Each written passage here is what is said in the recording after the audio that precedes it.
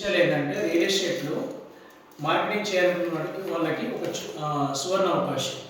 అంటే ఈ రంగంలో ఉన్నటువంటి అవకాశాలు ఎన్ని ఉన్నాయి, ఆ అవకాశాలు ఎలా వాడుకోవాలి, వాడుకున్న వాటి నుంచి మనం ఎలా సక్సెస్ అవ్వాలి, ఎలాంటి కంపెనీస్ చూజ్ చేసుకోవాలి, చూజ్ చేసుకున్న కంపెనీస్లో బట్టి కంపెనీ వాళ్ళ profile, company background, so projects, so దాని తర్వాత మార్కెటింగ్ అండ్ లీడర్స్, టీమ్, వీటి గురించి కొన్ని విషయాలు మాట్లాడడం. దాని తర్వాత కస్టమర్స్ సంబంధించింది. రియల్ ఎస్టేట్ రంగంలో కస్టమర్స్ చాలామంది ప్లాట్లు కొనే విషయంలో కావచ్చు, లేదా అపార్ట్మెంట్లు కొనే విషయంలో కావచ్చు, లేదా స్థలాలు కొనే విషయంలో కావచ్చు, లేకుంటే రకరకాలు అంటే వాళ్ళు అపార్ట్మెంటే కానీ, ఇండిపెండెంట్ హౌసే కానీ, లేకుంటే ఖాళీ స్థలాలే కానీ, ఇలా కొనే విషయాల్లో వాళ్ళు పడుతున్న ఇబ్బందులు, లేదంటే వాళ్ళు పెడుతున్న పెట్టుబడులకు సంబంధించినటువంటి సో ఒక సరైన నిర్ణయం తీసుకునే దగ్గర ఫెయిల్ అవుతున్నారు.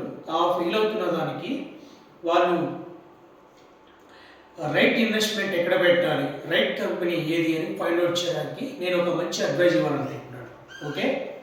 దాని తర్వాత రియల్ ఎస్టేట్ వ్యాపారం చేయాలనుకునే వాళ్ళకి, అంటే రియల్ ఎస్టేట్ బిజినెస్ చేయాలనుకునే ఓనర్స్కి, అంటే రియల్ ఎస్టేట్ కంపెనీ పెట్టడం ఎట్లా, ల్యాండ్ కొనేటప్పుడు ఎలాంటి ప్రాబ్లమ్స్ వస్తాయి, సో తర్వాత దీన్ని మార్కెటింగ్ చేయడం ఎట్లా అనే దాని గురించి క్లియర్గా వాళ్ళకు కొన్ని పాయింట్లు చెప్పడం జరుగుతుంది.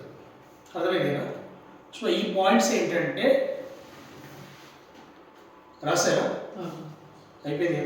రైట్, అది వీడియో ఆపేయండి.